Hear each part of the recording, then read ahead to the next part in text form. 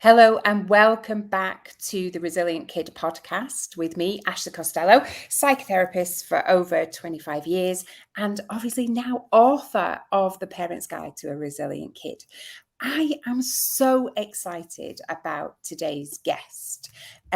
Such an important topic for us to shine a light on. Let me introduce the lovely Chantelle Fenter to you. She began her adventure with websites, so she does lots and lots of different things. But when she officially launched her first business in 2020, she was trying to do everything herself. She read the blogs, she watched all the YouTube videos, played around with code until she could figure out how not to break things. I mean, if that is not the definition of resilience, I don't know what is. It's definitely persistent.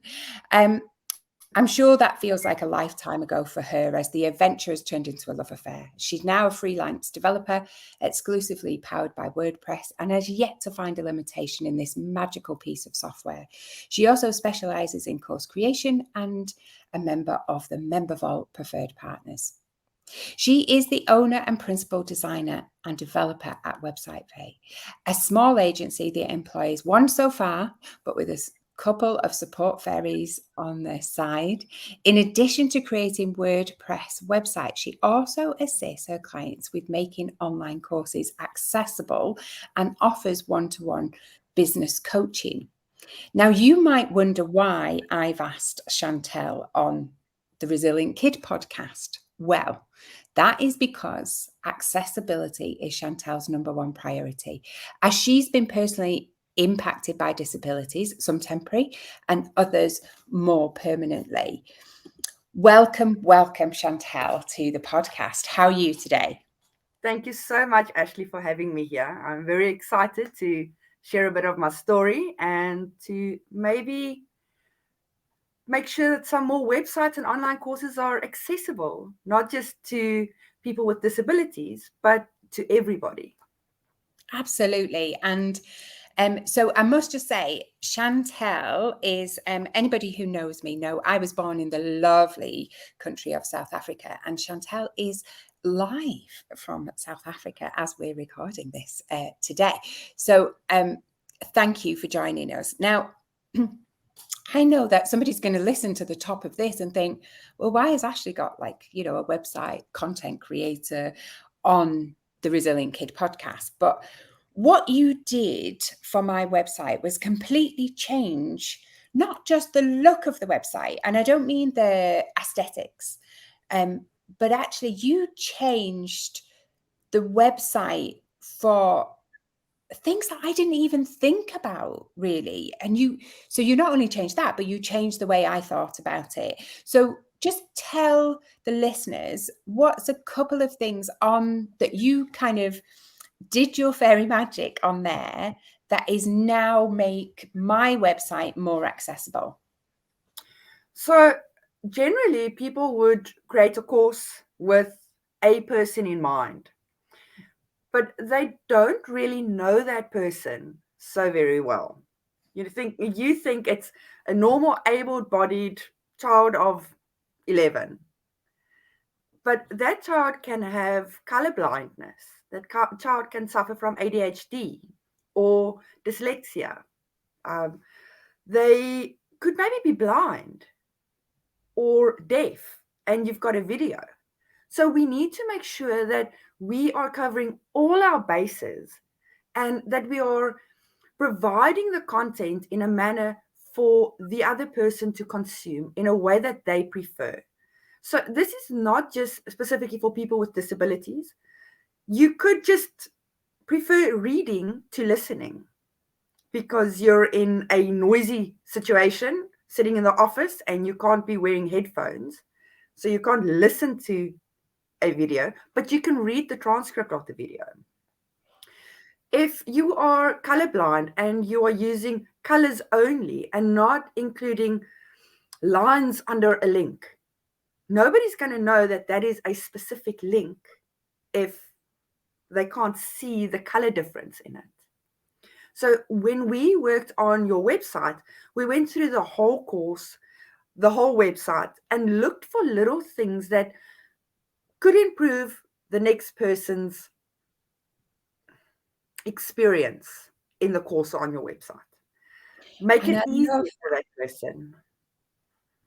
yeah, I Yes. absolutely love that. And one of the things that, because when Chantelle first did it, I'd spoken to her and I was like, oh yeah, absolutely. We need it to be more accessible because also as well, I have a lot of parents visit my website and they struggle themselves with, various different things. Or it can be just that they're busy and they want to say, rather than watch a video, they want to just listen to the audio version while they're, taking the dog for a walk or making dinner or things like that, which is amazing. So I was like, oh yeah, that's brilliant. But one of the highlights for me was the focus bar that goes across. Just tell us a little bit about that, Chantelle, and what it's for. So since I have installed that little widget on your course site, it has come to my attention that some of those functionalities do make the site a little bit more inaccessible. So I've gone and switched off some of those functionalities. But one of the functionality that I've kept on was that specific bar. So for ADHD people, if you are looking at a document with a lot of words, you struggle to focus. You struggle to keep your eye in one line and move to the next. And this bar just highlights one or two sentences so that your focus is kept on that and the rest of the screen gets darkened. So you can't read, or those letters don't catch your eye as quickly. And I just think it's an amazing tool. It helps my son who has ADHD to just focus on that two sentences before he moves down to the next two sentences. Yeah, and it's just brilliant. And I mean, that's just like one of the tools. So let's hear if you're okay with sharing this, Chantelle, a little bit about your story, because this isn't you didn't just kind of trip over and think, oh yeah, that's a really cool thing to do. This is a passion of yours, isn't it? And this is the whole reason why I want you on this podcast, because I think it's so important that we hear different experiences and also how they impact our life. And passion is a big thing of mine, and I love, the story that you say is so heartwarming, but the impact and the difference that you make because of it is just amazing. So tell us a little bit about yourself and why you then started to look at accessibility. So when I just left school, I was barely 21, and I was at work one day and walking up the stairs, my legs just collapsed and I was paralyzed for about 10 days, where I landed up in hospital and they did a bunch of tests to try and find out why I don't have any feeling from my hips down. And it was a scary time in my life. I'm not even 21 yet. I've got my whole life ahead of me and I'm not able to walk. I have to say that I am relieved that I got my feeling back. And it was just my body's way of saying, you need to shut down and take a break, because I was just pushing too hard at that stage, doing too much, worried about too much. My mom and dad was going through a divorce. So there was a lot going on in my life. And my body just said, time to take a break. Uh, and that definitely put me on this path of caring, which I probably never thought about before then. And as time progressed, I've got an aunt who was 100% able. She dived into a swimming pool, broke her neck, and she's a paraplegic today. I have, a couple of years ago, I was diagnosed with epilepsy. So driving becomes scary, because if I start feeling a little odd, it doesn't matter where you are, you need to pull off the road. My son was diagnosed with ADHD, and that comes with a whole new set of issues and things that I need to figure out because it's not something that I was exposed to earlier. Uh, you know, it's not just something that, oh, I'm going to make money from this. You know, there's a gap in the market. Yes, there is a gap in the market. There, about 98% of websites online are not accessible. So yes, there is a market for my service out there. But for me, it's more about giving equal access to everybody, no matter what their abilities are. You know, about 15% of the world is permanently disabled. That doesn't include people who break an arm and now need to use a keyboard instead of a mouse, or people who go for a eye surgery to remove cataracts and they can't use their eyes. So now they can't look at a video or watch TV for, I don't know, 10 days, 2 weeks, 3 weeks. So you get permanent disabilities and temporary disabilities. And I just want to bridge that gap and make it accessible to everybody. This is really a passion of mine. And it doesn't just apply to the online space. When I get to a shopping center and I see somebody's vehicle standing in a disabled parking and there's no little disabled sticker, I get furious. I would stand there and wait to make sure that that person coming out of that shop is disabled and not able to just park in a normal parking spot. Because unfortunately, people with disabilities are seen as second-class citizens in our world. And that is not true. They can offer just as much as any of us can. They can do just as much or even more than what we can.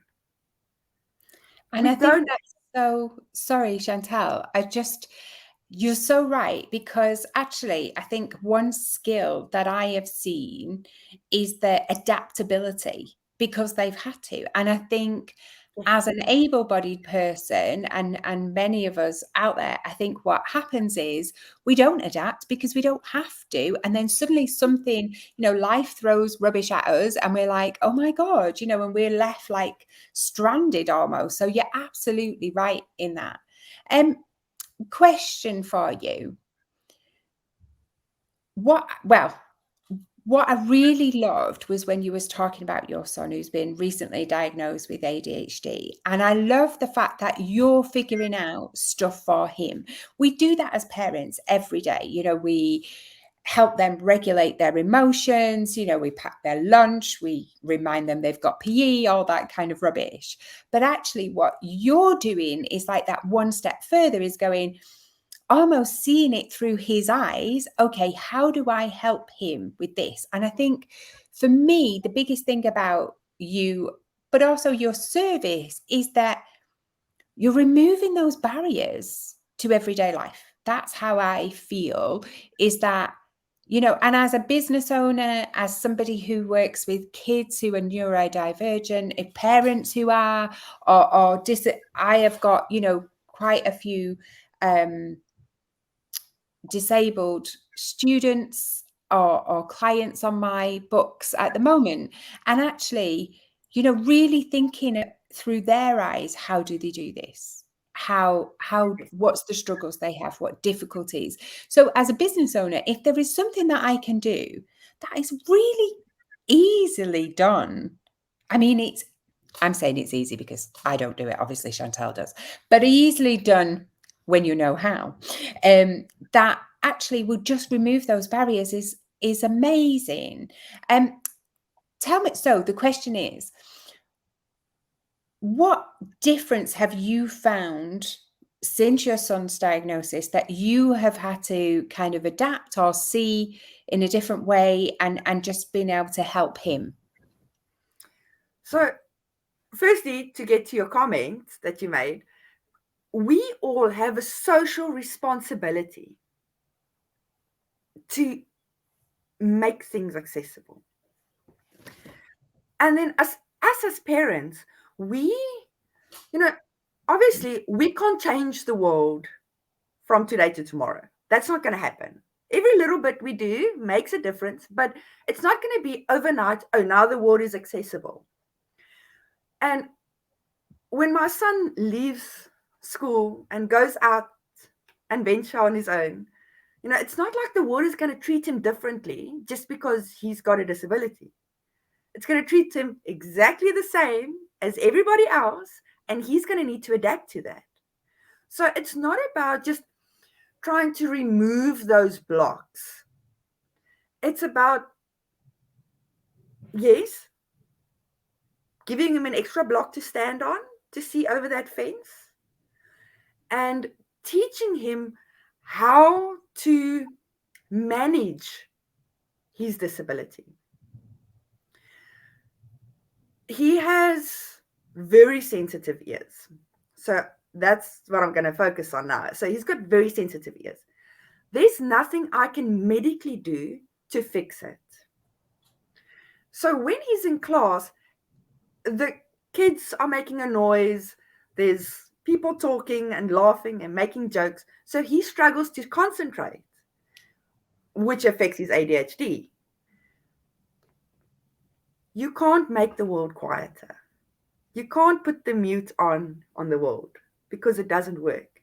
But he's learning that when he leaves the house, he takes a set of earplugs with him.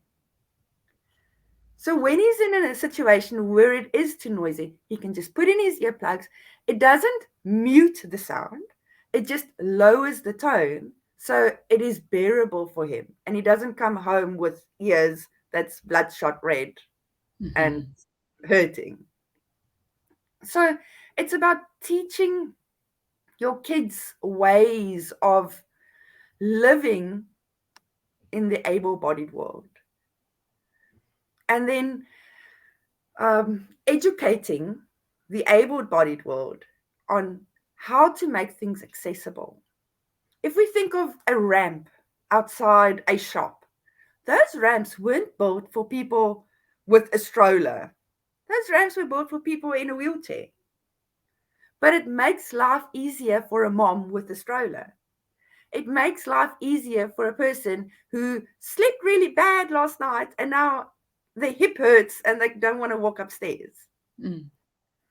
So making changes to the world does not just make it better for disabled people, it makes it better for all of us. I love that. I absolutely love that. And that is so true. That if we just think a little bit beyond ourselves, we're not just helping those who need the help or shining a light and being an advocate for those people, but actually we're helping everybody. We're helping everybody. Think of yourself going to a high-rise building and you need to walk up 10 flights of stairs. I don't think there is really anybody who's going to walk up 10 flights of stairs unless you are very fit and do it regularly. We all take the lift, we all take the elevator. But the elevator wasn't built for us. But it's easier. It makes life easier. Absolutely. So I'm a big believer in, particularly when, I talk a lot about how resilience isn't just surviving or power through that trauma or that challenge that you've had. And by God, have you had a big challenge, at barely 21. But actually about what it takes to build that resilience. So one of the massive, big components that I talk about is those connections, that support network. Who, obviously, mum and dad were going through a divorce at the time. Who helped you through that time? I have to say that, yes, I've done a lot of bad things in my life. I've had a lot of bad things happen to me in my life. And most of them I just dealt with myself. I didn't always have a good relationship with my mom. Mm-hmm. It, I think, mostly broke down because of my father and my ex-husband. But as time progresses, we are building it up. And at this point, we are in a very good situation. So, if I have any issues, my mom is my go-to person. Cool. I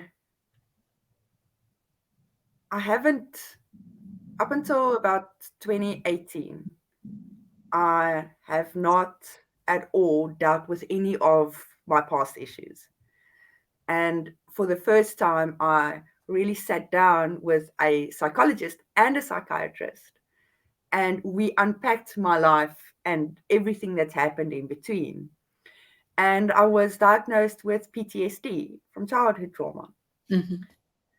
So, yes, there is some things that you can sort out by yourself. There is some stuff that you can figure out, maybe read a book, watch a YouTube video that can give you some guidance. But I am a firm believer that you need to get professional help at some point in your life.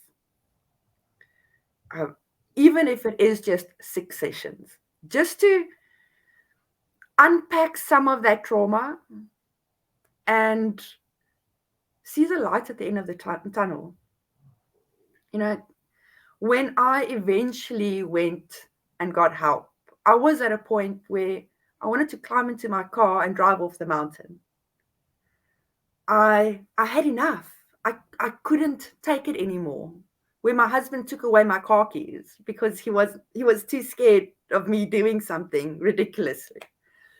And he had to go for a meeting at work and didn't hide my car keys. And I took them, packed a little bag, got in my vehicle, and drove to the hospital and said, "You need to admit me right now, or I will not be alive tonight." Wow. And they did. And they did. And it saved my life. It saved my relationship with my son because we were having a really hard time. He wasn't diagnosed yet. I was having issues because I wasn't understanding this child. Why is he so difficult? Why can't he get his schoolwork done? He was in grade 1. So it was a lot going on in that start of the year. And I just didn't know what to do. And really, don't wait to that point where I was, where it was now or never. As soon as you start realizing something isn't in the right space, speak to someone. Speak to a friend, a family member. I don't know. They always say, speak to an adult or a teacher. Speak to somebody. Even if they don't give you advice and they just listen, that also helps. Just to unpack it and to hear yourself unpack it, it definitely helps. But a professional like yourself is what I would recommend. And it sounds like, I mean, lovely. Like there's a few things that you said there. Lovely that you and your mom are kind of back on track, and it just goes to show it's never too late. You can always work on relationships, and that's not accepting toxic people, of course not. But if you both want the same outcome, you can make it happen. So that is, beautiful, and I'm really pleased that you have got your mum in your corner for sure. I think the other thing is I was listening to Kate Middleton, Princess of Wales here, and she said, therapy's not for everyone. And I, as a therapist, when she first said it, a lot of people said, oh, look what she said. But actually what she said was therapy isn't for everyone. A, not everybody needs therapy. B, sometimes it's not, the formal process is not for you. Sometimes a certain type of therapy is not for you. Doesn't mean say you can't try a different one. I've had that where, clients have come to me after CBT or different things and they didn't like it, and they come to me and went, oh, wow, you're a little bit different, But actually, I think you're right. I think it doesn't have to be a therapist. If you have got trauma, if you've got something that's big that's happened and you need help unpacking, absolutely get a decent therapist. And, go on. If you're in the UK, we have the BACP website, which is the British Association of Counselling and Psychotherapists.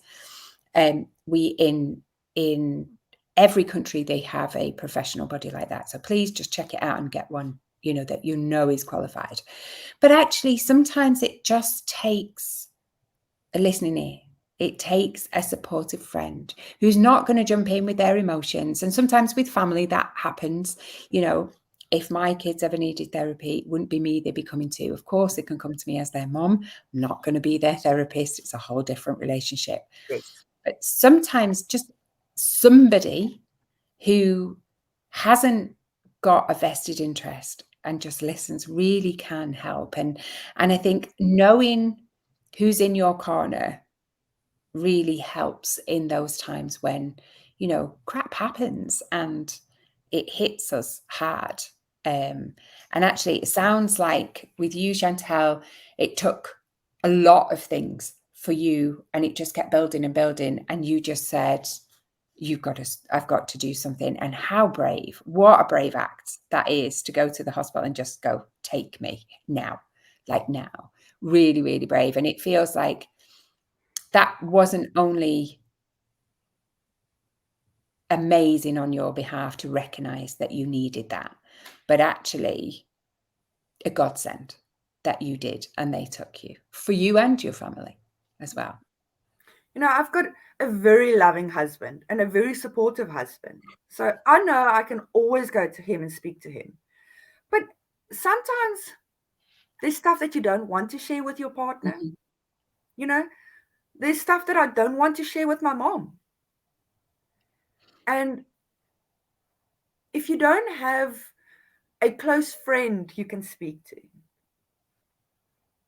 we are all in different religions, but go see your pastor or your whoever is in your religion, or find somebody to speak to. We tend to think that we're in this world alone. I need to do this on my own. But there are communities out there.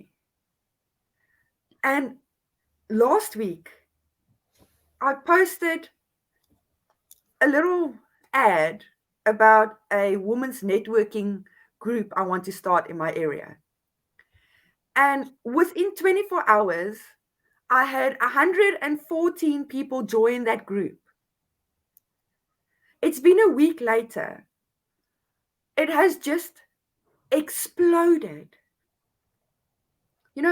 Find a group on Facebook that is of your area and say, you can even post anonymously and say, I'm looking for help. Somebody to just talk to. Someone will comment on it and you send them a direct message and say, hi, this is me. I just need to talk to somebody. We are never alone. There's always somebody. And do you know what? That's so true. I recently spoke at a Manifest. It's a big festival here in Cheshire, in the UK, and I had to give a talk, and I was like, okay, what am I going to talk about? We've got this massive group of women here who have come together for the weekend. A lot came on their own. Like, what is it that I want to say to them? And actually, I started by saying, what's resilience? And they were answering the usual questions. Oh, it's getting through adversity. It's that bouncing back, blah, blah, blah. And I said, what if I told you you could build it? And they were like, what? And I was like, you can build it ahead of time. Like, that's my thing. You can build resilience ahead of time before all that crap hits you. And they were like, quite surprised, quite taken back. And I said, the one thing that I'm going to teach you today is about your tribe, your people, and how they having that and then behind you can really help in the difficult times. And so I went on and the talk, everyone, you know, there was laughter, there was tears, the high-fiving, the whole lot, you know, really, a really good half an hour with these women. And in the end, I said to them, and there was a few people, it was about 3 people who I'd seen actively cry, not just tear up or, you know, with what I was saying, but actively cry. And I went to one of them at the end and I said to her, and it was the one that was scribbling notes all the way through. And I'd said to her, I noticed that you took notes, but I also noticed that you got really upset when I said about our tribe. Do you want to share that with me? And she said, I don't feel like I've got my tribe. And I said, okay, tell me a little bit about yourself. And actually what happened was she started to talk about how she hasn't got that best friend in a corner, and she's moved county, so she's not got the old, you know, her old friends that maybe she grew up with and things like that. And I said, okay, so what are you doing? Because, you know, this is not the playground anymore. We have to actively go out there and seek new friendships. And when I moved back from Abu Dhabi, I knew the first thing I had to do, because I was moving into a totally new area, was immerse myself, because if I didn't, I would not settle. And she said, well, I have joined this group. And I said, what group?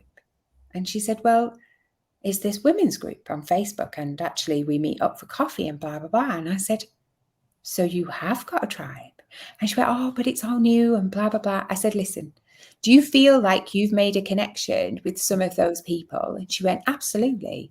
So I said, well, what makes you think they haven't felt that too? I said, you know, don't be shy. Don't play this safe. Go out there and say, do you know what? I really connected with you. Fancy meeting up. I said, and do you know what? The look of joy on her face when she realized actually she had made some connections, you know, that could turn into new friends. And I said yesterday, you know, I made a point of speaking to at least 5 people that I didn't know while I was at the festival. And it was really lovely because I found out a little bit more about them. A couple of them came to my talk, you know, and I said, hey, that person that you struck up a conversation at the crazy hat stand, go back, see if they're there, you know. And it's important, isn't it? Because I think we're a society where you think your best friend should be the best friend you made at school and that's all your life. No, absolutely not. We change, we grow up, we're different people. We have to make the effort to have our tribe, for sure. I definitely agree. And the thing is, I understand you get introverts and you get extroverts and you get like a mix in between. And it is difficult for introverts to go out there and meet people. I get it. I completely understand it. Um, I, I would classify myself as an introverted extrovert. Mm-hmm. I do come across as an extrovert. When I go to events on my own, I'm definitely an extrovert because I try and speak to as many people as I can and learn as much as I can. When I go in a group, I do tend to be more reserved. I don't know why. I don't, it's like I would stick to my little group and not speak to many other people. But we need to push ourselves. You know, you are never going to learn anything new or experience anything new if you do not push yourself, if you do not get out of that comfort zone. And I know it's hard for introverts, but you need to do it. There is no other way. It's like my son. He needs to go out into the world. Doesn't matter how loud it is. He needs to be out there. He can't be sitting in his room every day, the whole day, just to keep away from sound. That's not a life. Go out there, meet people. You know, standing at the counter at a coffee shop, start a conversation with the person next to you and ask them if they don't want to have a coffee with you. You know, just something to build those connections. And if you really don't want to go out there, use Facebook groups. They are a great resource. I think the biggest thing as well is that saying hello at a coffee shop, or chatting to the barista, or, saying to somebody, I really like your outfit. We're not saying you have to be best friends with that person, but No. actually that human interaction, that face to face, which we don't get anywhere else, lights up a part of our brain that makes us feel happier. And if you lived alone and you don't speak to anybody else in the day, that is the easiest and quickest way to boost those happy hormones for yourself. And you never know where it leads. Like, you never know. You might see that same person down the charity shop or at the coffee shop. You might see them for a few weeks on the trot and end up having something in common. But for sure, if you feel a connection, they'll have felt it too. And sometimes I think the other thing is that in a group, there's always room for the introvert. Not everybody can be the funny one. Not everyone can be the extrovert, the cheeky one. There is always room in a group for somebody who's quiet, discerning, things like that. So yeah, I absolutely agree with you there. Chantelle, tell us a couple of things that we can do, whether it's on our website, everyday life, that would help either kids or people with disabilities to either for us to be an advocate for them, or for us to be able to make stuff more accessible. So looking at any digital platform, so your website, an email, a Word document or a PDF, or an online course, an easy fix would be to firstly make sure all links have lines under them. Don't remove that underlined link. Don't rely on color specifically. Using red and green, red for no and green for yes, because some people are colorblind to red and green, or even blue and yellow colorblindness. So we need to have that underline or an asterisk that at the bottom explains something. And then we also have images. If you ever use images on your website or in a document, you can add alt text to those images. So if somebody is using a screen reader, the screen reader can read the image. Now, yes, putting an image of a lady there just for decorative look, you might not want to add an alt text. But if you're using any graphs or statistics, or want to convey a message through the image, you need to put alt text. And the nice thing is, just about every social media platform, as of today that I know, allows for alt text in images. So if I post on Facebook or on Instagram, Twitter, LinkedIn, I add the alt text. So when somebody that's blind uses it, it reads what's on the image. I know Threads came out, a week ago. They don't have alt text yet. It is not there yet. But all the other social media platforms have it. It's maybe not easy for you to find it at this stage, but just do some research. To make life easier for everybody, just be considerate. We have obviously disabilities that you can see. You can see if somebody is blind and they're walking with a cane or a dog. We can see if somebody doesn't have a leg or an arm or is in a wheelchair. But we have invisible disabilities as well. And that doesn't just mean hearing. It can be a cognitive disability. So be nice. Doesn't matter who it is, be nice. You can have a crappy day, but you don't have to take it out on anybody. Go home and shout at yourself in the mirror, not at the guy in the store that is taking too long. He might just be struggling to read because he forgot his glasses, or he can't comprehend as well as you can. Amazing. And you know what? They are such simple things. Leave your line under links. Simple. Kind of Easy. put your alt text on pictures, and obviously last one, be nice, be kind to people out there. Absolutely. I love that, Chantelle. Thank you very much. I would just want to say a big thank you. I have known Chantelle only this year, but it feels like forever because she just gets me.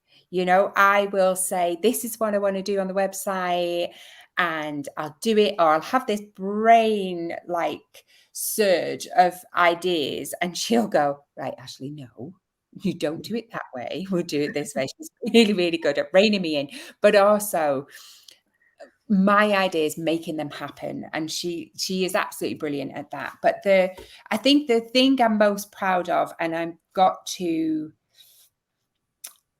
absolutely credit you for that, is that my website, my course is now more accessible to, and actually it's bizarre how much I start to use like the focus bar and stuff, things like that.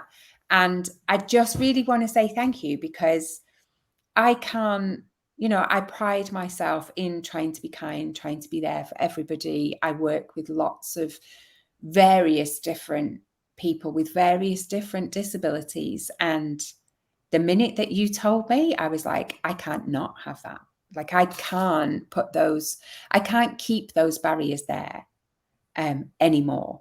And I think it is just that sometimes we are ignorant as able-bodied people, and we don't realize, and actually there's a really simple solution to just be able to help and advocate for others.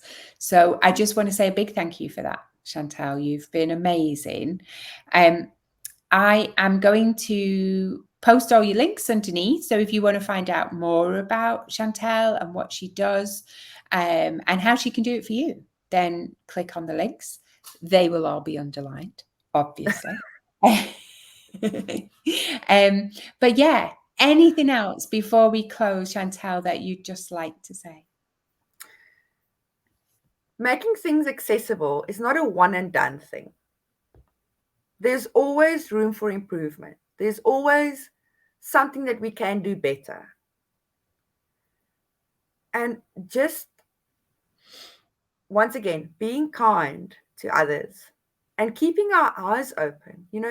If you come across a website that you notice the color, you can't read this because they're using a light pink on a white background, write to the owner of the website on their contact form.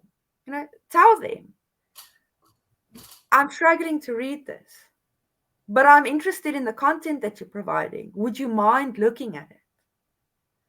That doesn't only make it better for yourself, it makes it better for other people that uses that website. We need to be courteous of everybody. And thank you so much for having me here. It was really nice just to unpack some of the stuff that I do and share some of my story and share some about me and my beliefs. Yeah, absolutely our pleasure, honestly, Chantelle. And you have made such a difference to the Resilient Kid, and will continue to. So thank you very much for joining us today.